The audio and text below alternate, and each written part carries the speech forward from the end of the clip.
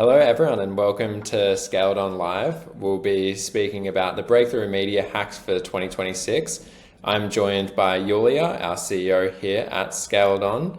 If you're here, it's because 2025 felt, let's say, challenging. The terrain has shifted. We aren't here to talk about testing more creatives or writing better hooks. That's really 2024 advice. Today, we're talking about the infrastructure level changes that will define 2026. Iulia, let's start with the money brands are losing right now, today, without knowing it. We've seen data suggesting that almost 22% of ad spend in 2025 went to absolutely nowhere. So not to customers, not even to real people. So can you tell us a bit about the bot tax? Well, first of all, welcome everyone. And I think that's at ScaledOn, at least, we are talking about that for a while. It's not something new, but I think it's becoming even more imperative and more important as we head into 2026. We saw across most of the clients and a lot of people complaining into rising CPMs. And everyone is thinking that it's about the competition. And it is. I mean, it's half of the truth, but honestly, it's not only about the competition. What's going on is that there is a ton of made for advertising websites. So these websites generated by AI, filled with junk articles and loaded with, 50 ad slots per page. Bot firms are visiting the sites to trick Google and Meta and Bing into thinking they are kind of high intent users. And this is actually what's happening with more and more AI involved into the, crawling the websites and pretending to understand what is a high intent user. And the platforms like Meta and Google, do they classify this as legitimate inventory? Well, they used to let a lot more of it through. And yes, I mean, with the latest updates, we'll talk, for instance, about the Meta, Andromeda. I mean, both platforms, actually most of them, even Google, Meta, and Bing, have gotten better at filtering some of the spam and low quality users. But it's not enough. I mean, if you're running Advantage Plus, for instance, or Performance Max on their default settings, ads still show up there into some of those placements like audience network or some of the, for instance, YouTube kids channels or artificially created YouTube channels with AI. So you still need to take control, otherwise the leak continues.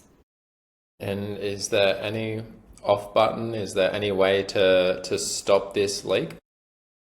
Well, it's not an off button. I mean, we did these processes and follow some of that processes in the past as well. But now with this ton of traffic that's not qualified, it becomes, as I said, even more important to have that control. And there is a couple of at least strategies that we're using for the ScaledOn clients. One of that anyone who is dealing with digital marketing heard is really excluding audience network from Meta campaigns and search partners and display network for Google, unless there is a specific reason why you would want them to be, it's awareness, or you found that some of the leads and conversions coming from those placements are really, qualified. You need to test it. But by default, I mean, what we try to do is really exclude audience network and search partners from these platforms. Another thing is continue to do placement audit. Just go to Google Ads report, take a look at where your ads showed up and review the URLs that you see there and review the game apps or mobile apps.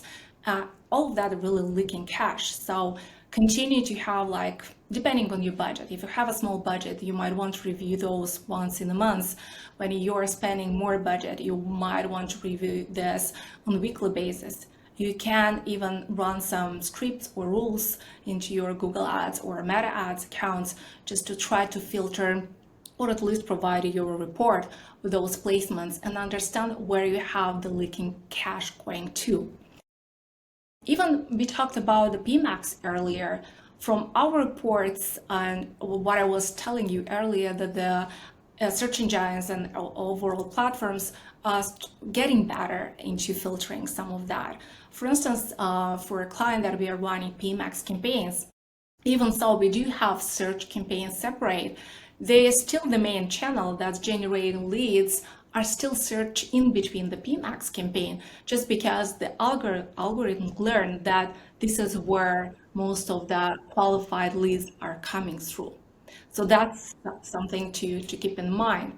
Another thing, and it's really true across all the platforms, is really feeding the algorithm with the right signals.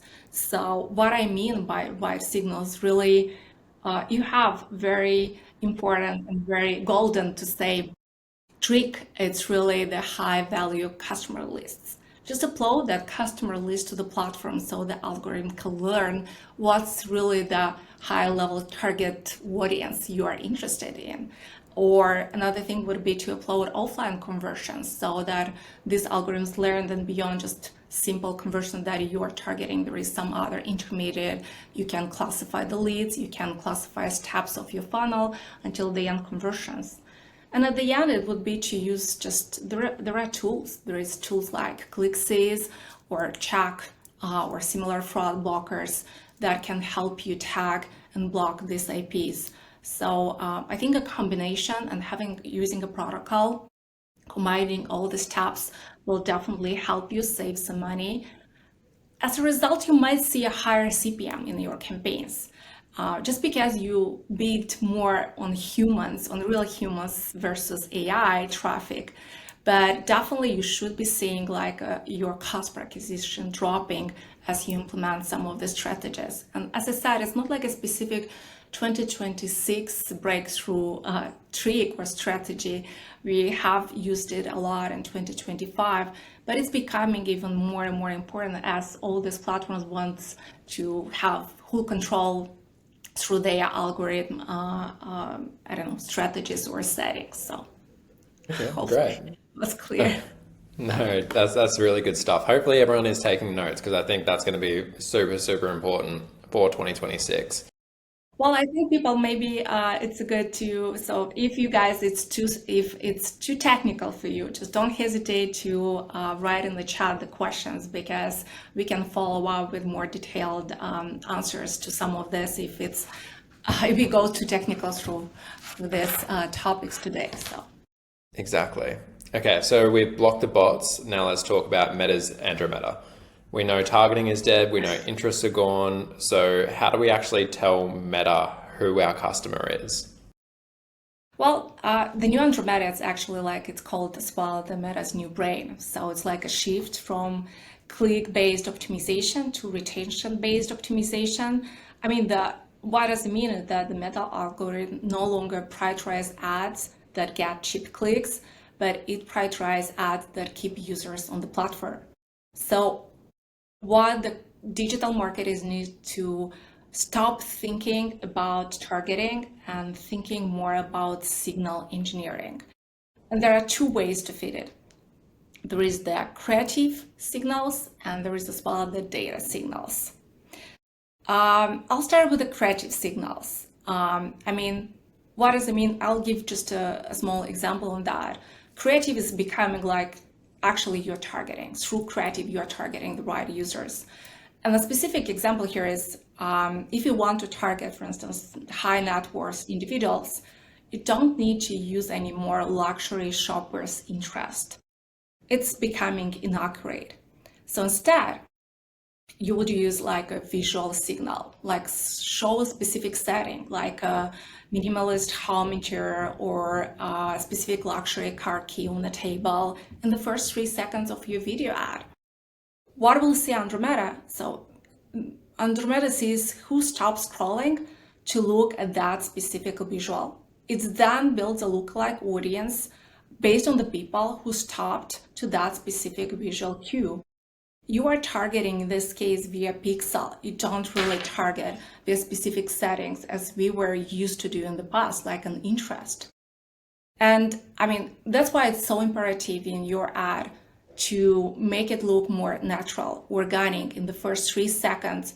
So for instance, people, instead of doing like a static photo of some running shoes and then having like a buy now next button just close to that, you would rather do like a 15-second video where in the first spot you just discuss why your knee stopped hurting when your morning routine or run, and the shoe becoming more a part of your story rather than just direct advertising of the shoe itself.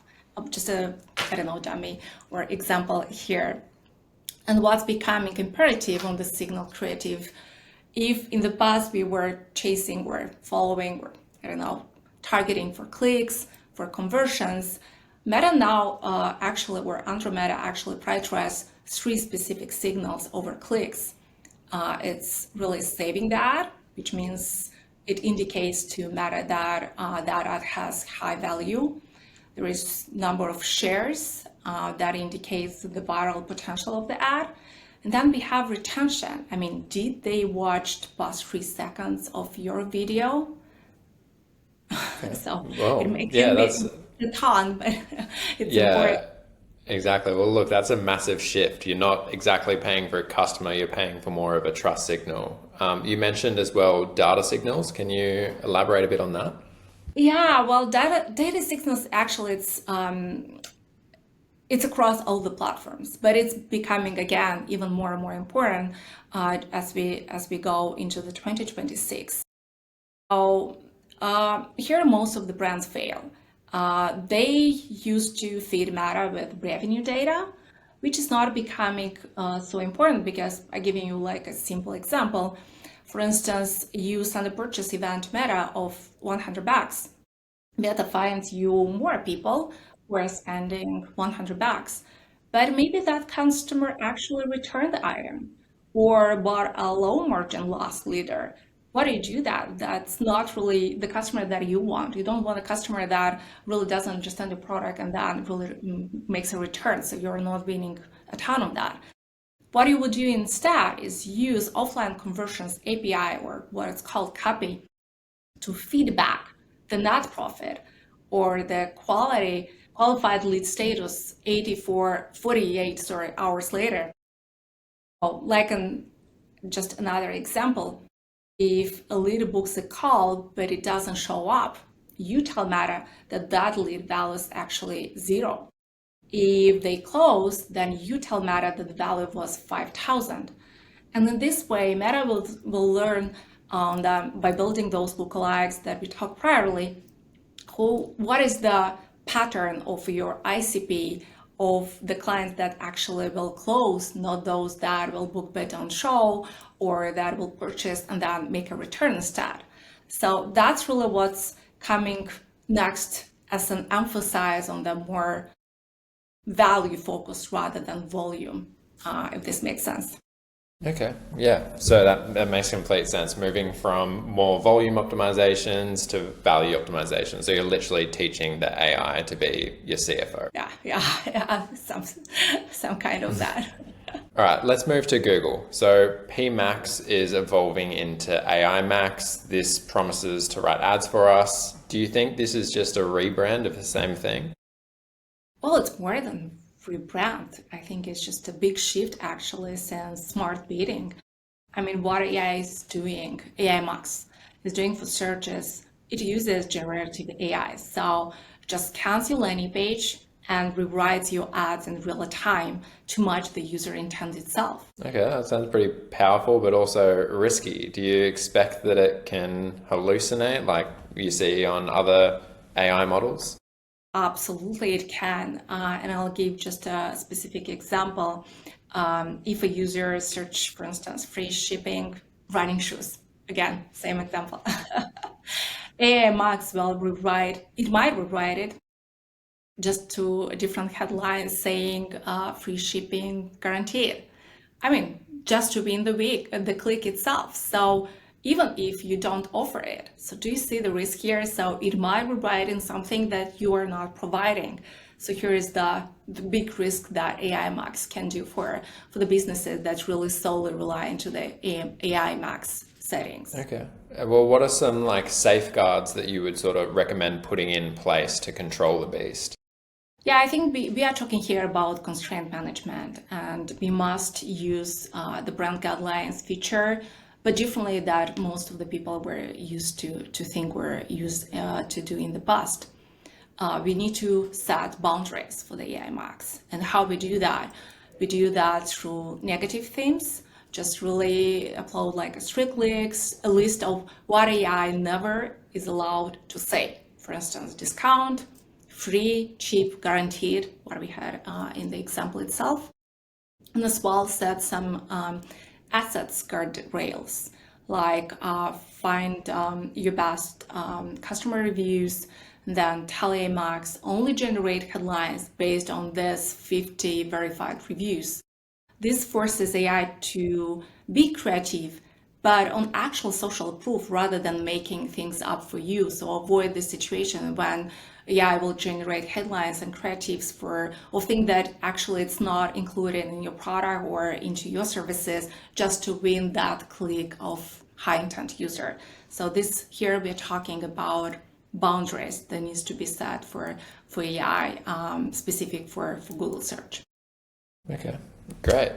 All right, well, now on to the more futuristic topic. Let's talk about agentic commerce. By 2026, AI agents, so think, for example, Gemini, ChatGPT, they'll be the ones searching for products, not humans. So something I've never done before, how do you sell to a robot? Well, I think we're not yet there, but I think people are, it's coming, definitely it's coming, and we saw latest announcements as well, even Shopify to get started to be a more agentic, so people can really buy directly from ChatGPT or Gemini. I think people need to get ready and shift their optimization on the SEO side from keywords to attributes. So why? Because AI agents don't read marketing fluff. What they read structured data or schema, like in more technical language.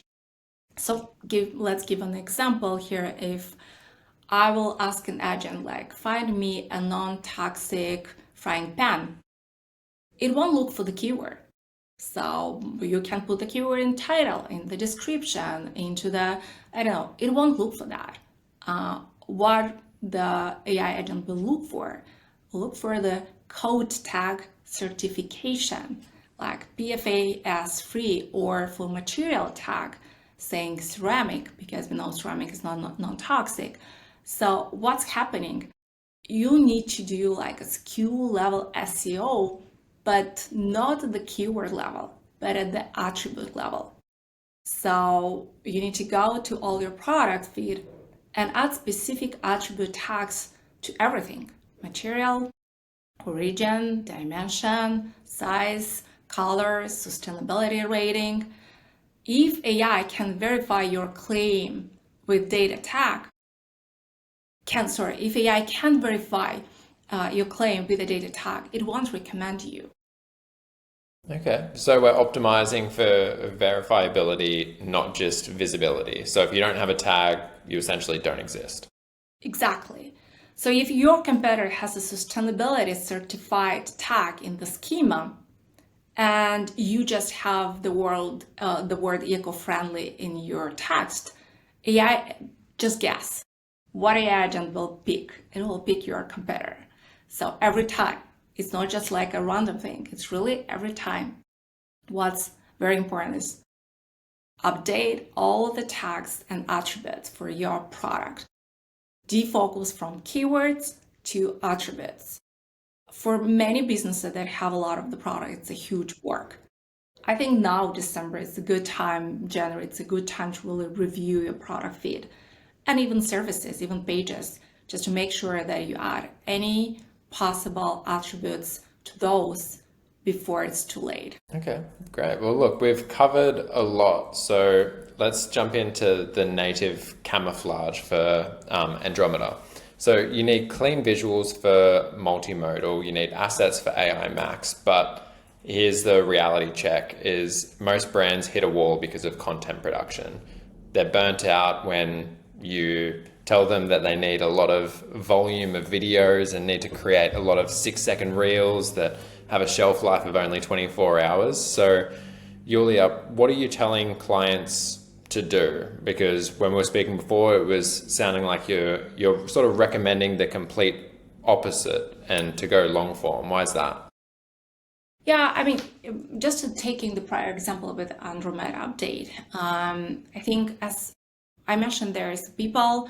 So first of all, video is going from salesy style to a more organic learning mode, educational mode. So providing more value to people, make them stop scrolling. And here comes this switch from short video to longer clips, or because those 6 seconds clips will get views, but they don't build trust. And trust is actually lowers your cost to acquire customers. So to win in 2026, you need to create like a loyalty engine. It's more like longer videos that explain, teach, tell a story.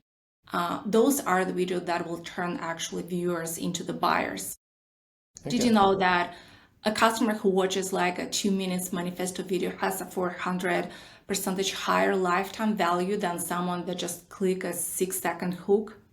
Or another example, that videos can really reduce your returns with more than 40%. Do you know why? Just because people are lazy. They don't read. And by having the video, and for the video, we're talking here about not robots. Yeah. We're talking here still about human being. Well, on the video side, by having like a feature video where you explain use cases of your product or how you differentiate to your competitors, and you cover that in the video, people will be less likely to actually return the product because you're providing the whole explanations and how this product will fit them in a more compact and more visual way. So it makes it easier for the customer actually to decide to buy it or not, and lower the returns itself. Either we talk about Shopify or we're talking about marketplaces, Amazon. Okay. Well, look, it makes sense, but I think as a brand owner, there are two big blockers that I really see. One is it's going to cost a load of money to actually organize a 2-minute video. And the other is the other option of going down the AI track, where a lot of the AI video people do have concerns about, like the glitchy hands, the robotic avatars. Like there's a lot of AI content out there that it's quite obvious that it's AI. So how does ScaledOn sort of fix that? Well, that's a valid fear. There was a nice evolution of AI videos since it's actually started, and most of the people still doing it wrong. As you said, they're using talking heads avatars. These look fake. We don't really use those at ScaledOn. We use AI for more like a cinematography style. AI not replace the human story. We replace actually the expansive production set. So we use Gen 3 stack to generate cinematic B-rolls like lighting, textures, environments that would usually require like a travel budget and the film crew to do so. So we're trying to emphasize the product usage. We align with the brand messaging, the brand story there. And really the goal there is to do some of that type of animations that cost a fortune, not to replace the human story that behind the brand. Okay, great. So it sounds to me like it's more high-end stock footage, but it's also custom to the brand as well. Yeah, exactly. It's like Netflix quality without the Netflix budget. So this allows to generate like specific type of video that used to be impossible for e-com brands, especially for startup brands that have low budget and they don't really like have a ton to do their own videos. But let me give you a couple of examples so it can be like manifesto video, like a mood heavy, emotional video about your brand's mission. We would generate the environment like mountains, cityscape, abstract textures, just to match the vibe there, or like a macro product video that's like extreme close-ups of the fabrics or liquids pouring or textures. So usually you need like a robot arm camera for this. And thanks, we have AI that can really generate it instantly with some specific prompts that we built with the team. Another example would be like educational deep dives, like a 3 minutes explainer where we visualize complex concepts like how your supplement works in the body, just using AI animation. So it would be just much more complicated to do with the crew some of this kind of animations. Okay. Well, look, it really seems like a savior to the bottom line of a lot of businesses. You know, like sounds like it's a 50K commercial production value for the price of a standard edit, really. Yeah, exactly. Just stop hunting for clicks and really start building like a library of assets that you can really use to convert high value customers. And this is the good part of the AI, I think. You get Okay. more attention to the quality of the campaigns that you're running, the quality of the videos that you're publishing. So I like this. Okay. Great, good stuff. Well, look, if anyone has questions about any of this, feel free to put it in the chat. And also, like Yulia was saying before, if it feels like it's a lot to implement, you can reach out to us. We are currently having a holiday special at ScaledOn. Look, we can't fix your back-end data overnight, but we can fix your creatives. So right now you can get 3 AI optimized video variations for the price of one. So that's just $599. These are designed specifically to hit those Andromeda signals we just talked about. Julia, any last words on your end? Well, I would recommend everyone just to take one step at a time and see what's really the most hurting pain or point from what we discussed today and start with that. Obviously, we are happy to jump on a call and discuss what challenges you currently have or you feel that will be the most painful in 2026. I think the team will drop like a link in the chat for you to just submit your request on if you're interested in just to test at least our AI videos. I don't think that 599 is a fortune, but it definitely can give you a good understanding if that's something that can help your 2026 strategy. So that's a promo that we are running by the end of this year. And I definitely think it's worth just really testing it. Maybe it's not like taking that like a long term, but definitely testing it because you will feel the difference there. And yeah, well, hopefully we'll see less challenges in 2026 and some nice turns on the platform side. So. Yeah, exactly. Well, thank you so much for joining me on this Q&A, Yulia. It's been great, a lot of great insights that I hope everyone really takes notes of and implements to their own businesses over the 2026 period. Look, thanks everyone for joining us and go execute. Thank you.